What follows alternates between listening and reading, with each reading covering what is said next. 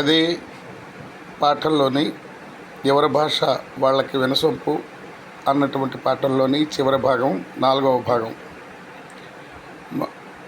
ఇందులో 3 ప్రశ్నలు ఉన్నాయి.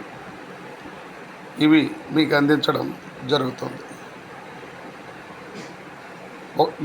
మొదటిది, నా కవితను ప్రత్యేక వ్యక్తులు పసందు చేస్తున్నారు, కానీ మాట్లాడుతున్నది మాత్రం సామాన్య ప్రజలతోనే అని రచయిత అనడంలో ఆంతర్యం ఏమిటి? ఇది ప్రశ్న. ఒక షేర్లో ఖాస్, ఆమ్ అని 2 పదాలు ఉన్నాయి. ఖాస్ అంటే ప్రత్యేకమైనది, దాన్ని బహువచనం ఖవాస్ అనగా విద్వత్తులోనో సంపదలోనో హోదాలోనో ప్రత్యేకమైన వాళ్ళు అని. ఆమ్ అనగా సామాన్యం. అవాం అంటే బహువచనంలో సామాన్య ప్రజలు. అంటే కవి ఏమంటున్నాడంటే, నా కవితను ప్రత్యేక వ్యక్తులు పసందు చేస్తున్నారు, కానీ నేను మాట్లాడుతున్నది మాత్రం సామాన్యమైన ప్రజలతోనే అని ఈ షేర్లోని ఉన్నటువంటి ఖాస్, ఆమ్ అన్నటువంటివి. ఇది కొంచెం కన్ఫ్యూజింగ్ ఆన్సరు. కొంచెం జాగ్రత్తగా దీన్ని మీరు అర్థం కాకపోతే తెలుసుకోవడానికి ప్రయత్నం చేసి మీ కమెంట్ ద్వారా నాకు తెలియజేయండి. ఇది ఉర్దూ పదాలు. ఏవి అంటే ఒక షేర్లో ఖాస్, ఆమ్ అన్నటువంటివి ఈ 2 పదాలు ఉర్దూ పదాలు. దీంట్లో స్పెసిఫిక్గా మనకి ఇవ్వడం జరిగింది. ఖాస్ అంటే ప్రత్యేకమైనది, అంటే స్పెషల్ అని.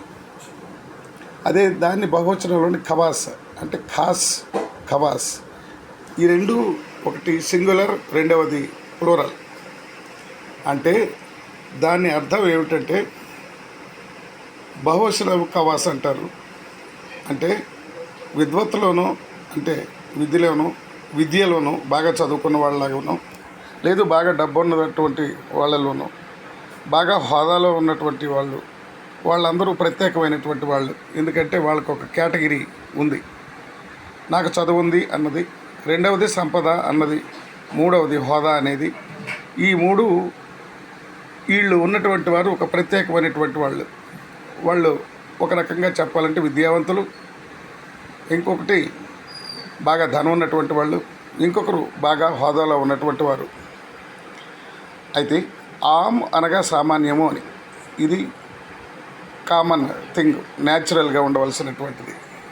వీళ్ళు ఎవరు అంటే అవామ్ అంటే బహువచనంలో, అవామ్ అనగా బహువచనంలోని సామాన్యమైనటువంటి ప్రజలు, అటు ఇటు కాకుండా ఉన్నటువంటి ప్రజలు.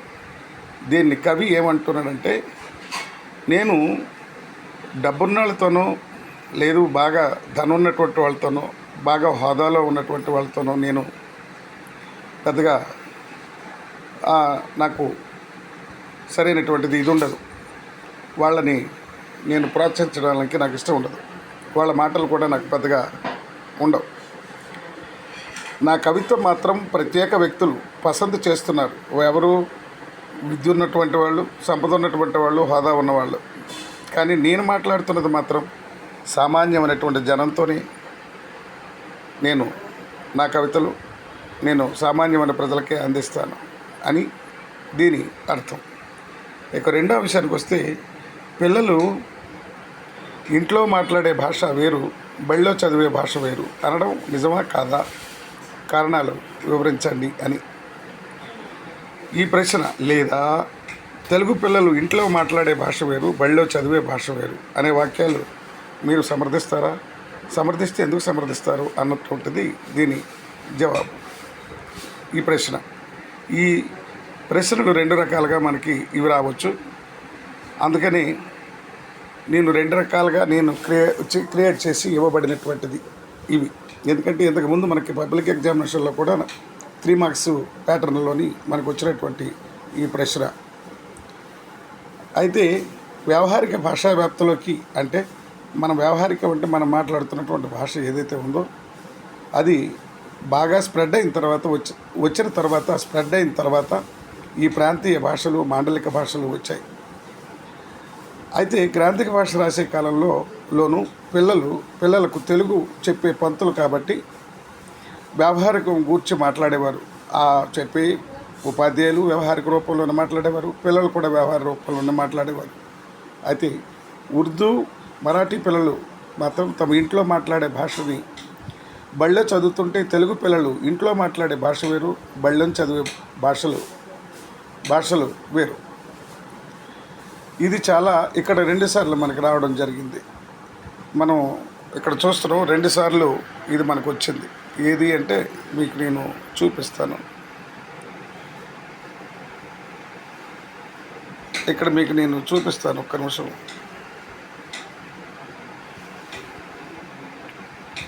ఇక్కడ కొంచెం స్టక్ అయింది. ఇక్కడ మీకు నేను చూపించడం జరుగుద్ది. ఏమిటంటే 2 సార్లు వచ్చినటువంటి వాడిని టైప్ చేయడం జరిగింది. కొంచెం చూసుకోండి. ఇందులో తర్వాతనే ఈ ప్రాంతీయ భాషలు మాండలిక భాషలు వచ్చాయి. గ్రాంథిక భాష రాసే కాలంలోనూ పిల్లలకు తెలుగు చెప్పే పంతులు కాబట్టి వ్యవహారిక గూర్చి మాట్లాడేవారు. ఉర్దూ, మరాఠీ పిల్లలు మాత్రం వాళ్ళ బళ్ళోనూ ఇంట్లోనూ ఒకే విధంగా అదే భాషను మాట్లాడతారు. బళ్ళో చదివే భాషలు వేరు.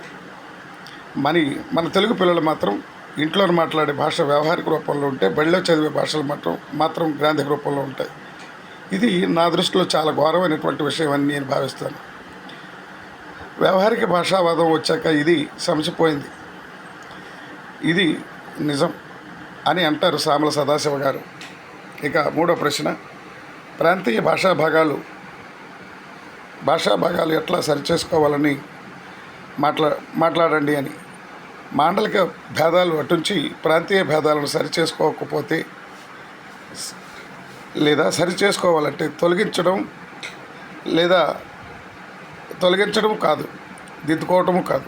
అన్ని ప్రాంతాల పలుకుబడులు ఇప్పుడు తెలుగు అనుకుంటున్నటువంటి భాషలో కలుపుకోవడం ప్రాంతీయ భాష ప్రజల వ్యవహారాలలో ఉంటుందని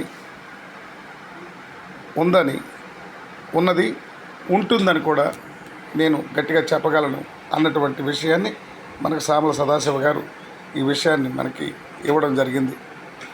ఇవి చాలా ముఖ్యమైనటువంటి ప్రశ్నలు.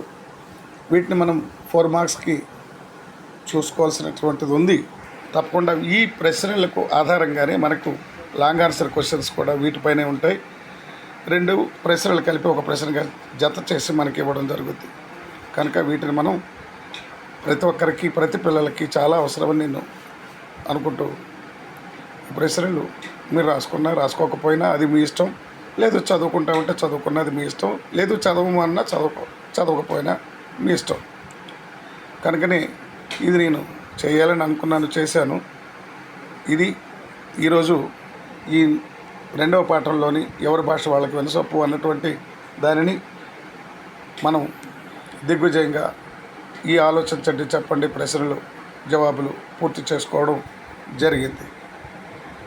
ఇదే ఇక 3వ పాఠం వీర తెలంగాణ గురించి కూడా నేను నోట్స్ ప్రిపేర్ చేసి పెట్టడం జరుగుతుంది. దాన్ని కూడా మీరు అది రాయాలన్నా చదువుకోవాలన్నా అది మీ ఇష్టంతో ఆధారపడి ఉంటుంది. ఎవరైనా ఇంకా సబ్స్క్రైబ్ చేయనటువంటి వాళ్ళు ఉంటే వారు సబ్స్క్రైబ్ చేసుకుంటారని